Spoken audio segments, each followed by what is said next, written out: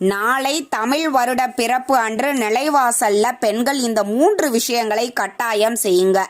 என்ன செய்ய வேண்டும் அப்படின்னா, நம்ம பூஜை அறைக்கு எந்த அளவுக்கு முக்கியத்துவம் கொடுக்குறோமோ அந்த அளவுக்கு நம்முடைய நிலைவாசலையும் முக்கியத்துவம் கொடுத்து குலதெய்வ வழிபாடு, நிலைவாசல் பூஜை நாம செய்யணும்.